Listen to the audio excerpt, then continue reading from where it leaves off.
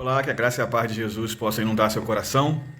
O vídeo de hoje é um daqueles vídeos polêmicos, até mesmo difíceis de ser discutido, porque eles tratam de um assunto bastante interessante, que é como as pessoas veem a pessoa de Deus, como as pessoas veem Deus.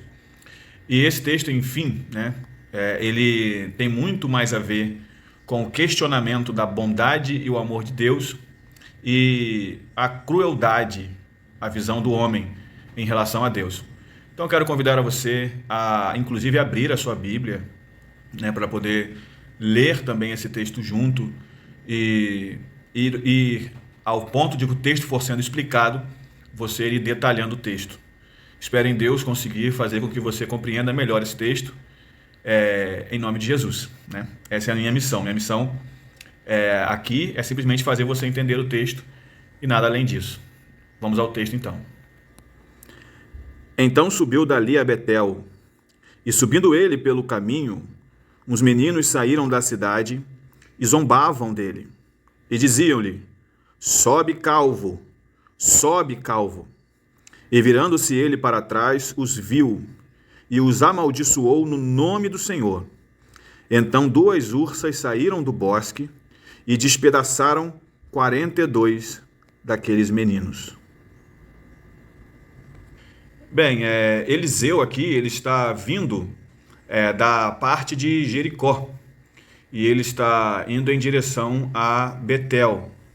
A caminhada não era curta, e ele também não estava acompanhado de nenhum seguidor ou coisa do tipo. A Bíblia deixa clara que ele subia pelo caminho. E algo que é retratado aqui, e é muito comum, é a solidão do profeta. Vários textos bíblicos em que fazem retratações de profetas, retratam esses profetas em momentos de solidão. Jeremias, ele viveu situações muito difíceis no reino de Judá, em extrema solidão. Enquanto vários profetas diziam coisas diferentes do que ele dizia o que Deus mandava, e ele sempre estava sozinho, era sempre questionado. Enfim, a solidão do profeta é o caso de Eliseu aqui, nessa caminhada rumo a Betel. Só para constar, biblicamente falando, os homens de Deus, as pessoas de Deus, elas não são rodeadas de muitas amizades, elas pelo contrário. Você vai perceber que poucas pessoas fazem parte do rol de amigos dos homens de Deus. Porque isso parece ser uma prova de se a pessoa é ou não de Deus, se ela é rodeada de muita gente. Então, talvez você agora tenha que avaliar se você tem ou não muitos amigos, porque uma coisa que o Evangelho produz em nós é aversão a coisas erradas, e logo é um ciclo de amizade muito pequeno. O texto nos mostra que Eliseu está subindo sozinho, mas também o texto nos mostra que Eliseu não estava solitário. Alguns meninos estavam ali zombando de Eliseu, estavam caçoando dele, não eram poucos meninos. Esses meninos não estavam ali para apoiar o ministério de Eliseu, esses meninos não estavam ali para dar suporte a Eliseu, para servir a Eliseu, para serem servos de Eliseu nessa caminhada que não era fácil. A intenção desses meninos era simplesmente zombar do homem de Deus. É interessante que o texto ele não se preocupa em mostrar quanto tempo essa caminhada durou, ou quanto tempo essa zombaria durou. Mas o texto deixa claro que eles zombavam de Eliseu.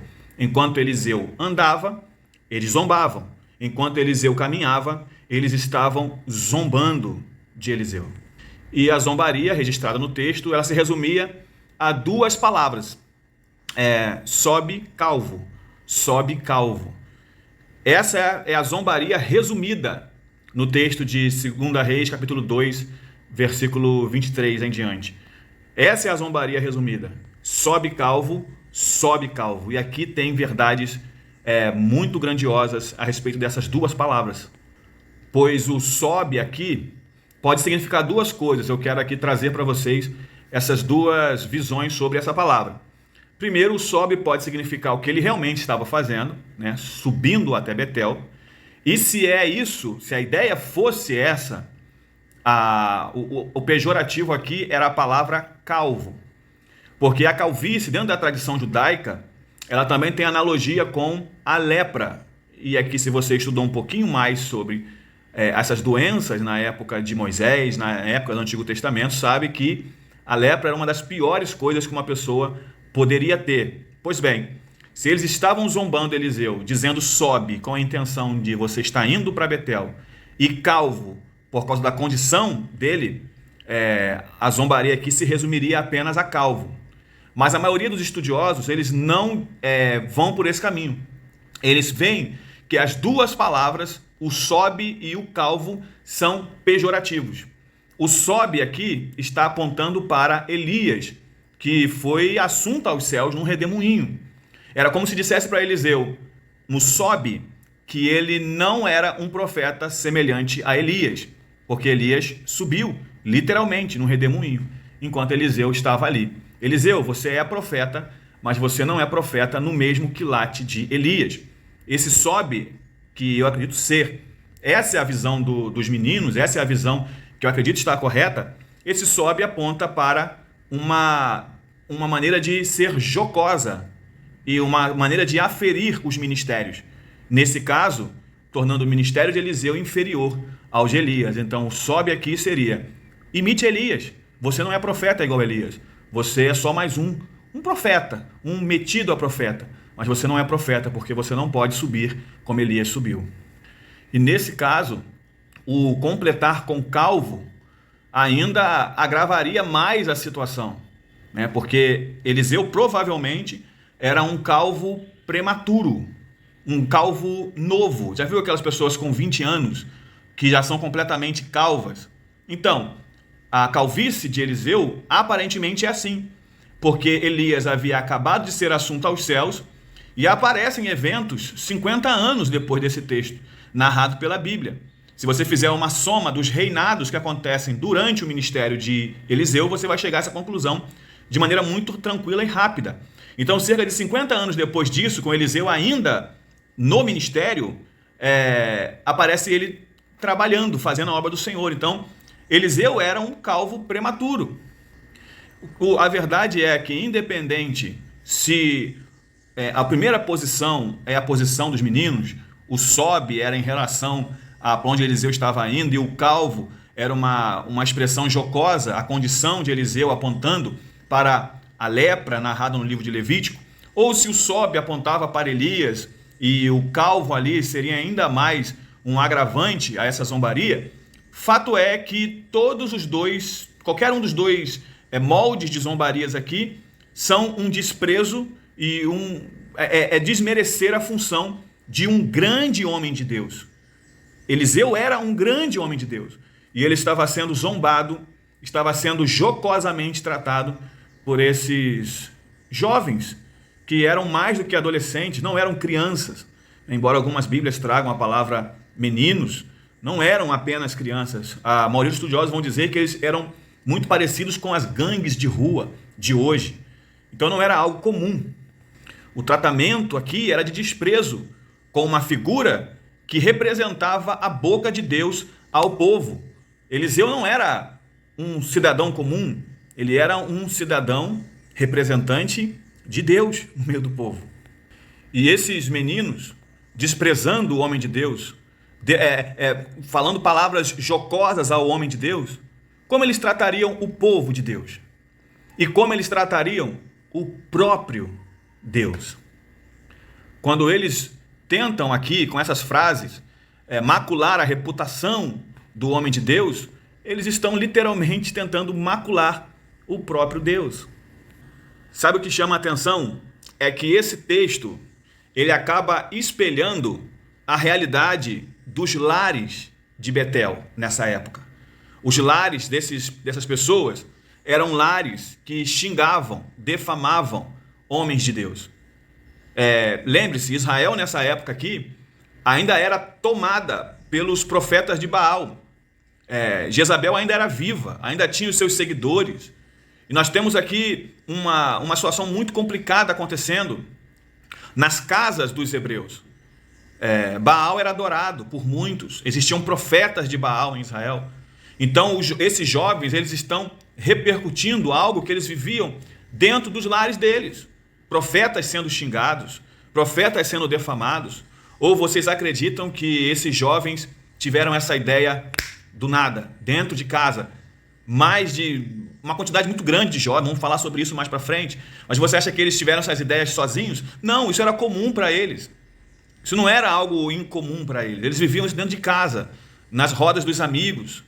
E, infelizmente, isso refletiu na vida deles na rua, ao ponto de perseguirem o profeta para falarem essas coisas que estavam dizendo em relação a ele. O texto diz que Eliseu ele se vira, ele vê esses jovens, há um contato visual, há uma espécie de visão de ambos, tanto eles para com Eliseu e Eliseu para com eles. E Eliseu os amaldiçoa em nome do Senhor. Veja bem, Eliseu não proferiu maldição em seu próprio nome, mas essa junção de palavras dá a entender, nas línguas originais, que Eliseu falou com Deus para Deus fazer o que deveria ser feito. Qual é o tratamento que essas pessoas merecem, Senhor? É basicamente isso. É basicamente isso. Qual o tratamento que essas pessoas merecem pelo que elas estão fazendo? É basicamente isso que Eliseu está fazendo aqui. Só para lembrar você, esses jovens estavam insultando a Eliseu, mas antes de insultar a Eliseu, eles estavam insultando ao próprio Deus. Então que isso fique muito claro aqui, antes de qualquer tipo de pensamento em relação à bondade e amor de Deus. Não há nada que Deus ame mais nessa terra do que o seu próprio nome. Então, quando você vê essas pessoas xingando a Eliseu, quando você vê as pessoas perseguindo a igreja, Paulo viveu isso de perto. Não é a igreja que perseguem, é o próprio Deus. Não é a igreja que xingam. Quando Israel começou a clamar ao rei, Deus falou a Samuel: Samuel, não estão desprezando você como juiz, estão desprezando a mim. Então, quando alguém se levanta contra o povo de Deus, não se engane, essa pessoa está se levantando contra o próprio Deus. Só para lembrar a você, Eliseu vivia numa época de moralidade pré-cristã. Então aqui as pessoas podem cobrar dele abençoar os que amaldiçoavam, só que aqui não é essa época. Aqui não é essa época. A época aqui é outra, totalmente diferente. Essa história ela vai ilustrar o tratamento que o servo de Deus merecia receber e o tratamento que ele estava recebendo. O texto vai deixar claro que depois que Eliseu fala isso com Deus, os amaldiçoa em nome do Senhor, 2 ursas saem do bosque. O que isso significa? Isso significa que eles não estavam na cidade, eles estavam no trajeto, no meio do trajeto. E do bosque saem 2 ursas. Há pessoas que questionam o fato de saírem 2 ursas do bosque, mas, biblicamente falando, a Bíblia apresenta vários textos em que mostram que animais desse porte, animais perigosos nesse porte, eles eram comum, não era algo difícil. Se só você puxar um pouco da memória, você vai lembrar que Davi matou leão e urso. Você vai lembrar que Sansão matou leão, fora os outros textos em Provérbios, Oséias, Amós, que nos dão aí base para acreditarmos que isso aqui é uma mais pura verdade. Isso aqui aconteceu. 2 ursas saem do meio do bosque, como se fossem cachorros aí no seu quintal, e atacam esses jovens. O que me chama a atenção quando eu olho para esse texto é que a Bíblia diz que essas ursas saíram do bosque. Isso mostra que esses jovens estavam seguindo Eliseu há algum tempo. E a pergunta que acaba sendo feita ao texto é com que intenção esse monte de jovens, de rapazinhos, estão seguindo o homem de Deus. Qual é a intenção dessas pessoas seguirem a Eliseu? Será que eles queriam só dar uma zoadinha com Eliseu e voltar para suas casas? Ou eles tinham intenções perversas de perigo de morte contra esse homem? Bem, se você for avaliar pelo caminho das intenções, você vai ter que chegar à conclusão que as intenções deles não eram as melhores. Você vai perceber que Eliseu, como já foi dito aqui, era jovem, totalmente diferente dos jovens da sua época. Como foi dito aqui, ele era calvo prematuramente. Então existem aqui todas as prerrogativas que nos dá a entender que existiam intenções perversas. Nós falarmos da nossa época hoje, o bullying acontece com pessoas diferentes.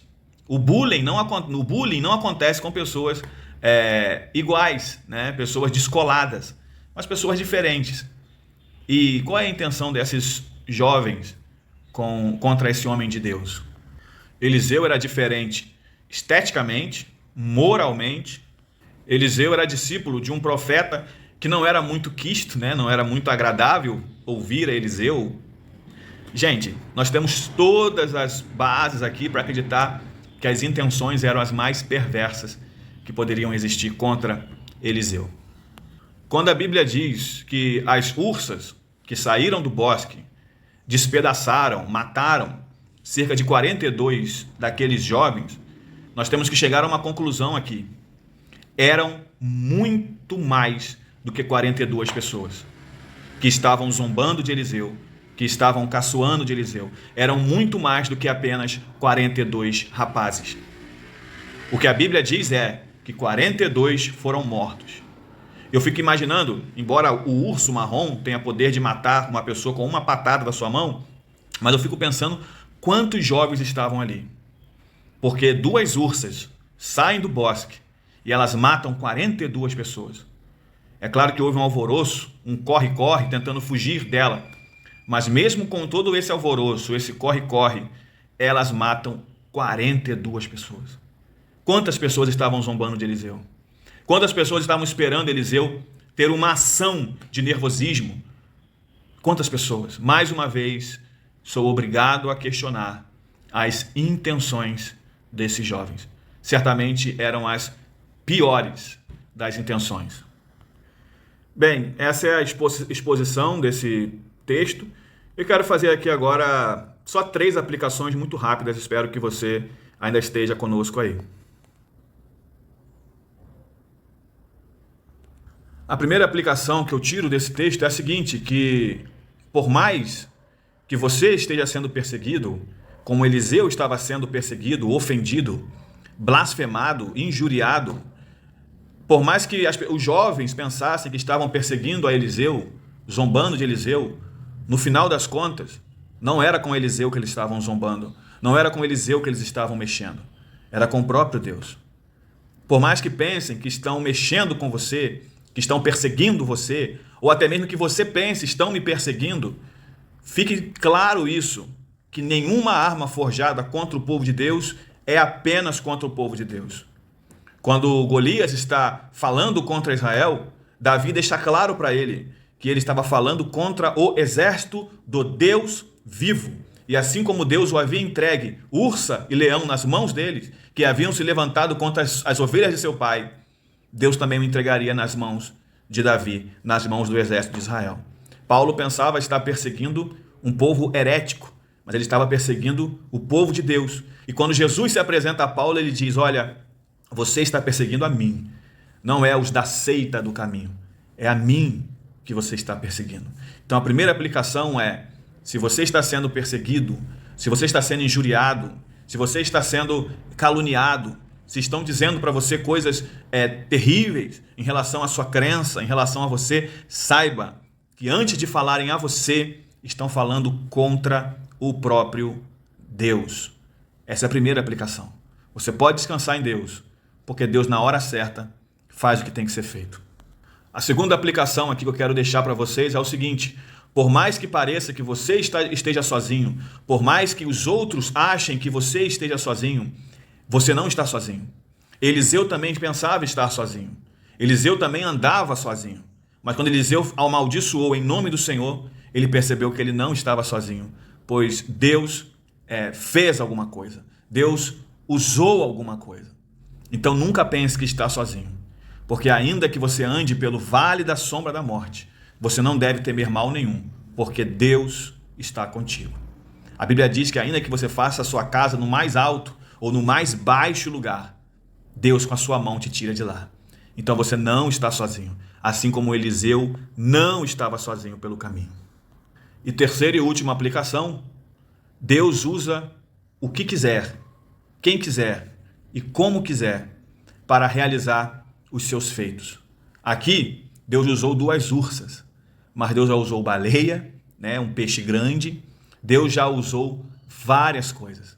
Deus usa o que quer, quando quer e como quiser para realizar, para pôr em prática a sua vontade. Então descanse em Deus. Mesmo que você tenha sido alvo de zombaria, descanse em Deus. Deus abençoe você, se inscreva no canal, fique com a gente, propague esse vídeo, compartilhe, em nome de Jesus. Grande abraço e fique com Deus.